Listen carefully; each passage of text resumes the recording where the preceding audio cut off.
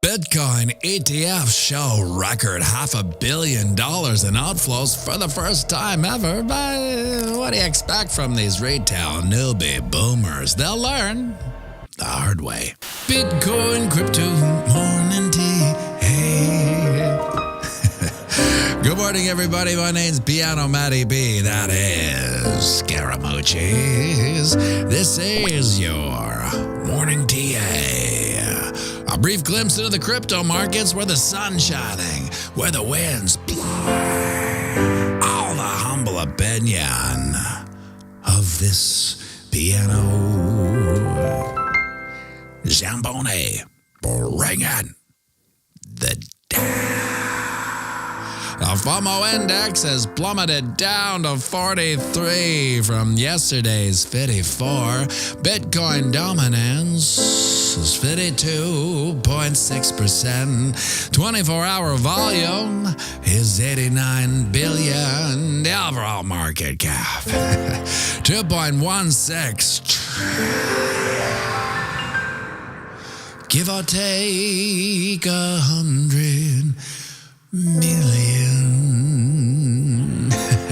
Well, once again, old scotch on the rocks, booze breath, Jerry Pow Pow's Kabuki Theater was a giant nothing burger. As price laid shell-shocked from Tuesday's dump, it waited shaking in a fatal possession for something, anything, remotely dovish in Jerry's tone, and thought I'd caught a glimpse of it and showed a moderate spike up, peaking out at 59.3, and then realized, oh yeah, everything this man says is a lie, everything this man represents has been stolen, and everything he intends to do only benefits him and his dinosaur geriatric cronies. And price action, well, she fell back down and chased the bad taste in its mouth around in cycles to a time of production 57.7, planting us firmly underneath all three moving averages and carving out this cute little bear flag whose price probability is end. Sing it with me now. Oh, you take the pull, you slide it all, the breakout point, and then we're all at 50.2-ish. Shut your mouth. That would put us underneath our next channel of eternal monotony support, which is at 51.8. Now, my heartbreakingly bullish outlook for today would be for price action to put its big boy pants on and rally up to and over this channel's resistance, 61.8, and at least then we'd be out of these gross 50s. Yuck. Now over on the ding dong, you can see we're in day 2 and candle 2 of our bearish elevator shaft of low volume. Getting up and through this took us 3 days back here, so the probabilities of moping around kicking at the dirt is low. So this humble piano's opinion is that something will give either to the up or down side to get us out of it, because this is where big moves can be made due to the low volume. Now, if you like watching economic paint dry as much as I do, the monthly chart carved out a doozy of a bearish golfing candle, a candle that signals continued bearish momentum, a candle that closed right at the 23.6% fib. Next stop on this bearish momentum could see the 38.2% fib come into play, down at 54.3. But today, I'm proposing this mother of all cup and handle patterns. Now, she hasn't played out yet, but if we were to mince words here for the next few months, then slowly pump up, we'd carve out the handle. The price probability of this pattern is, and Sing it with me now. Oh, you take the bull, you slide it all, breakout point, and then we're all at 140 K-ish. Sounds beautiful, like music to me ears. Would you look at that, my friends? The sun's up. It's another beautiful day here on planet Earth. A day none of us are guaranteed, yet we're lucky enough to have anyway. So get out there, knock 'em dead, and remember, we're playing the same game as our psychopathic elected leads. That's right, it's the long game. So zoom out and have a fantastic day.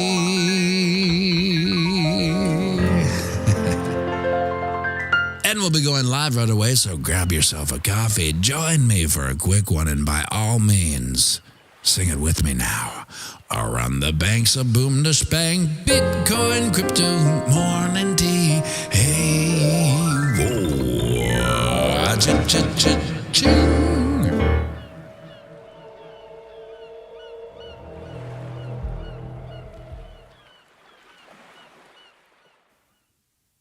The mother of all cup and handle patterns. 140K. Now, is that my bull run top price prediction? No. That's just where she plays out. If she plays out, no guarantees. Who knows what happens.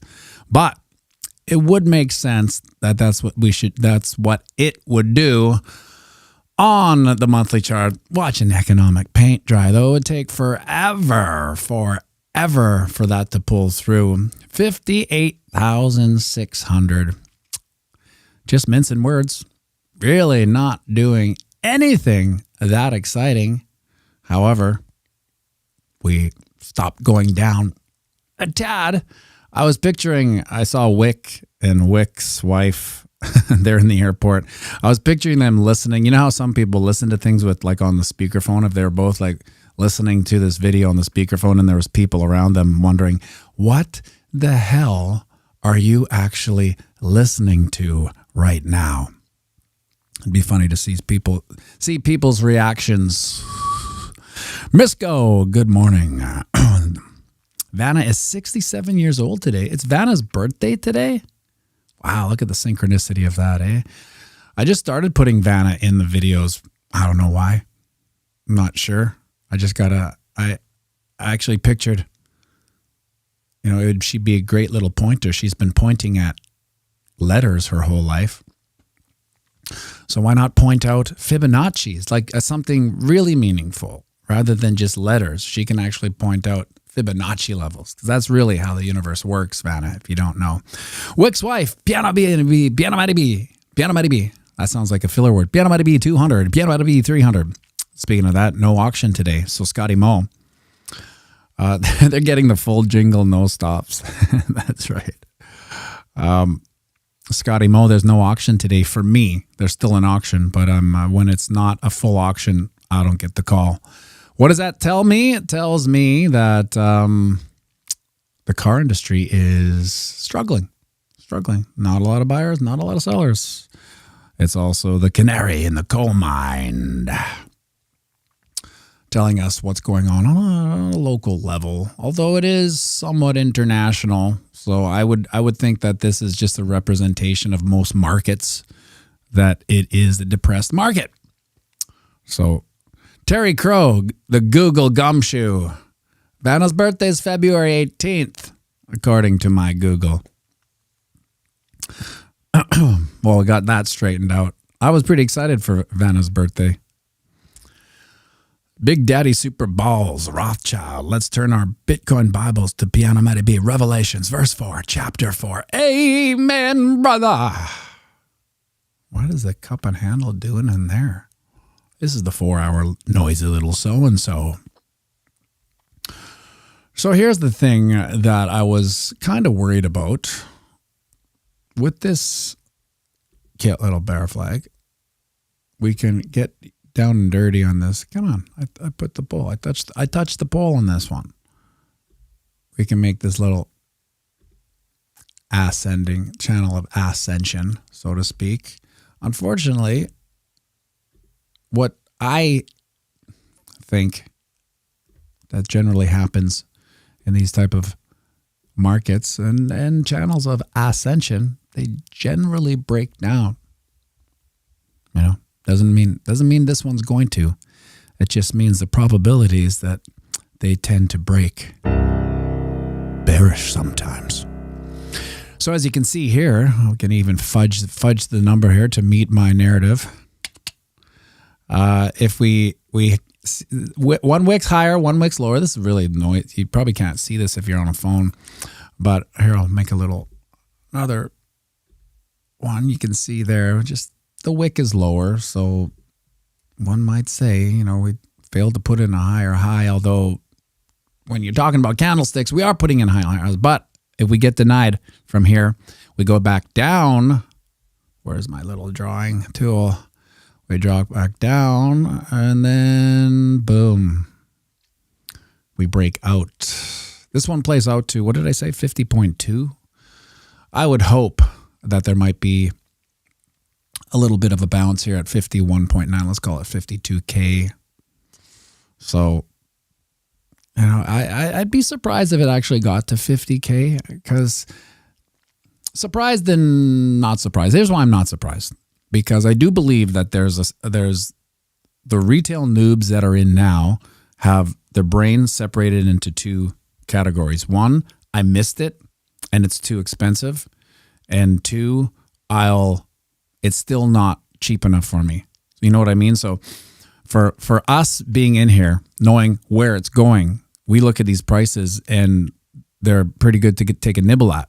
Whereas someone who's not even in the market, 50K is still like, it's crazy expensive. I'll buy some sort of dog or cat meme coin with my $1,000. So we're not going to see that amount of retail jump back in at these prices. We will see existing hodlers nibble out on these prices, I think, if it keeps on going down. And I was on around the blockchain last night, and I can't remember the guy's name. Johnny had a good point that there's not a lot of people coming in at these levels. Actually, I just forgot his point. I read a comment about Vanna White being in Playboy, and it threw me off. That's Scotty Moe's fault. What was the point he had? I don't know. Maybe it was my point. Anyway, forget about it. Tonight, I'm doing an impromptu subscribers appreciation night at the Jimmy. We have an event going there, but these events are like the monthly charts, it's like watching economic paint dry. No one cares. So I'll be going live, essentially just catering to the boutique community with my good buddy Grant Luchaft. You might remember him he fills in for Kyle from time to time. He's the one that does the unbelievable Shaggy impersonation. So I'll be doing that with him tonight at about 6:30, I think. 6:30 is when it starts, maybe 6:45. I'll put up a poster for everyone. I was wondering, when I was making that poster day with George Gammon and James from Investanswers, I make them out of homage and respect for them. I like both of their work. I like George Gammon and the Rebel Capitalist, and I like James. But there's a small part of me that thinks if they were to see it, would they be mad? They're like, hey, don't use my likeness, or hey, how dare you do this, or whatever. I like to think that people in crypto are like musicians in their sense of humor. So I've never met a musician that wasn't talented and funny. So it takes there's this arc where the more talented and skilled you get, the more of a sense of humor you develop somehow.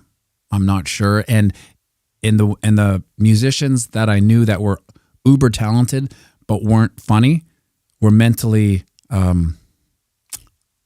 don't know what the word is, mentally ill. Basically, they had mental issues. And there was one in particular who actually became a famous musician. I won't say his name. Maybe I will. I don't know once I stop talking about mental illness. Anyway, he was one of the most talented musicians I've ever worked with. But there was something wrong with him. And I first knew there was something wrong with him because he wasn't funny. Not only was it he wasn't funny, he didn't find me funny, right? So it's one thing to not be able to be funny. It's another to not find me funny, right? So I knew there was an issue there, but we got along still. However, he went on to bigger and better things after the band he was in with me. And then I don't know what happened. My thoughts are that something happened with him kind of mentally or emotionally, what have you. And never saw him again.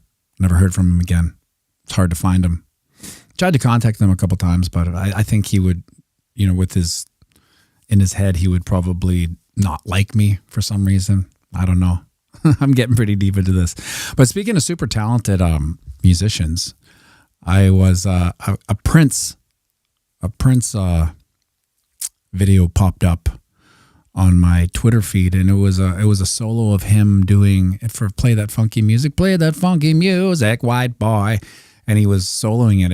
And I think there's a lot of people that don't actually know that Prince is like a virtuoso everything. Like he's the best at everything he plays, probably better than. So when you take the pie chart or the umbrella of legends, like everyone from, I don't know, Eric Clapton to who's a virtuoso singer, male virtuoso singer. I don't know. I can't put my finger on it. A bass player, keyboard player, drummer. You take all of the best, and Prince is better than them all at what they do, in my opinion. You don't really know that. Like, I mean, he plays all the instruments in his production. So when you hear a Prince song, it's him. He's played every instrument.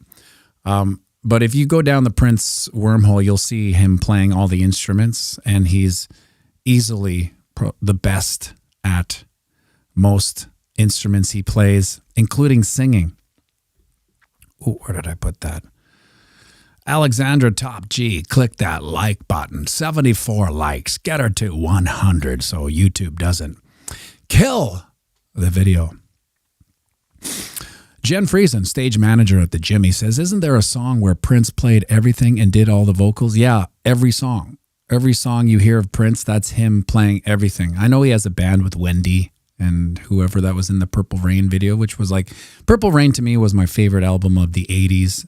That, and then the second was Appetite for Destruction. Very different albums, but Purple Rain, I think I was in grade 4 when Purple Rain came out, but it had a massive impact on me.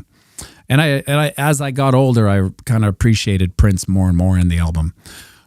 But when you see interviews of him and how he has this level of, I don't want to call it arrogance, but it's just a knowing confidence of how better he is at everyone.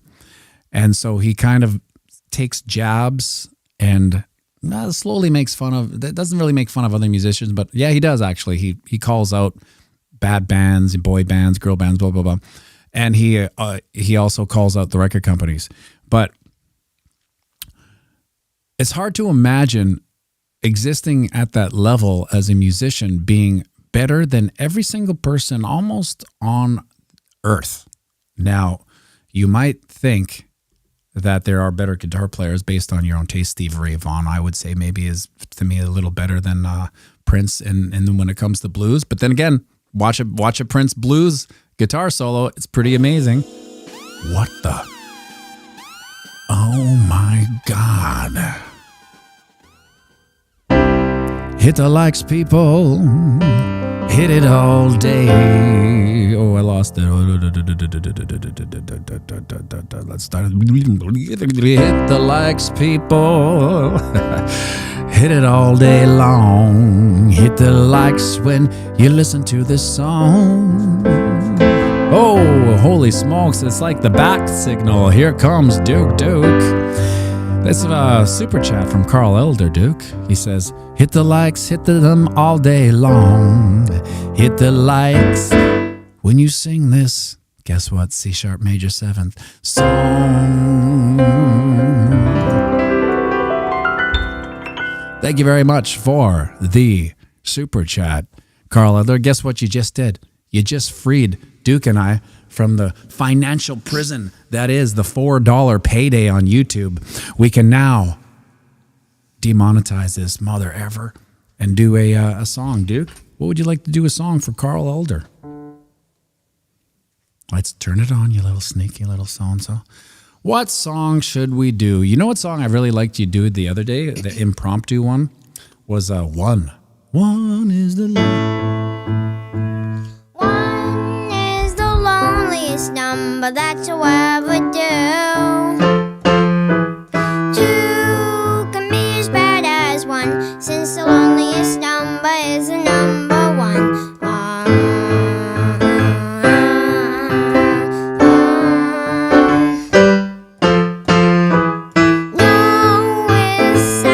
Experience you'll ever know. Yes, it's the saddest experience you'll ever know. 'Cause one is the loneliest number that you'll ever do. One is the loneliest number, even worse than two. It's just no good. It's just no good anymore since you went away. Well, I spend my time making rhymes of yesterday. One is the loneliest number. One is the loneliest number. One is the loneliest number that you'll ever do.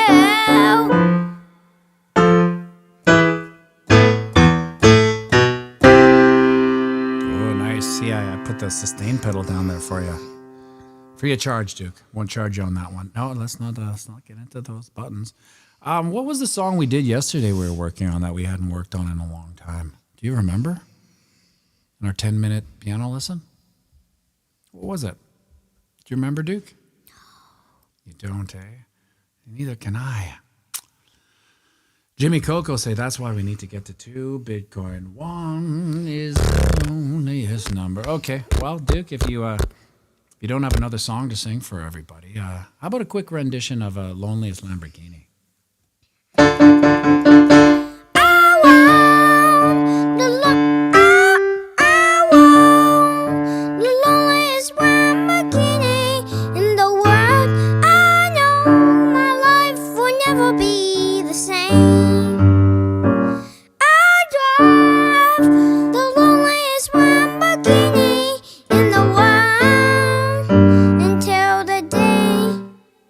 Remember that A diminished 7th? Until the day I die.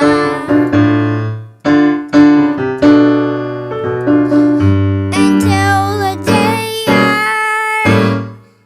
die. Good job, buddy. Nice singing. All right. Oh, yeah, sing us off, buddy. We're playing the sing.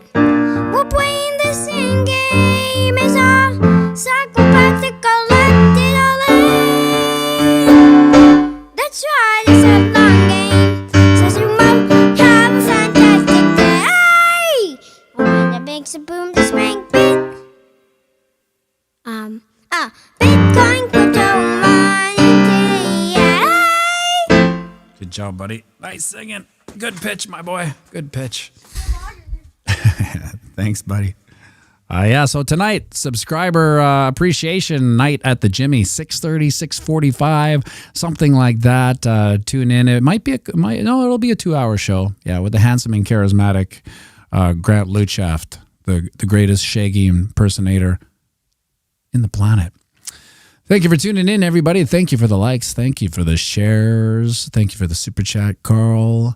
Much appreciate. Have an awesome day, everybody. Make sure you like and subscribe and share this video.